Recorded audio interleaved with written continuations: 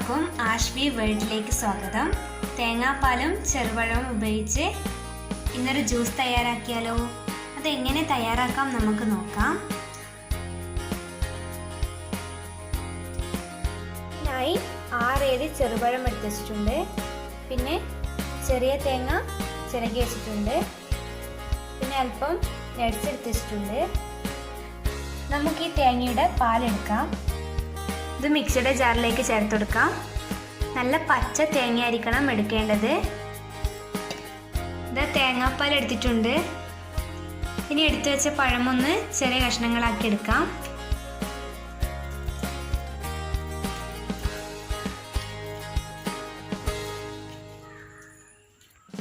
പഴം മിക്സിയുടെ ജാറിലേക്ക് ചേർത്ത് കൊടുക്കാം.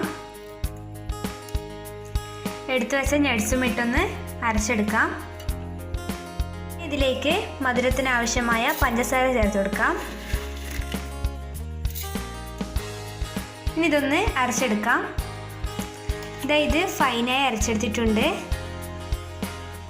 ഇതിലേക്ക് എടുത്തു വെച്ച തേങ്ങാപ്പാലും കൂടി ചേർത്തൊന്ന് അരച്ചെടുക്കാം.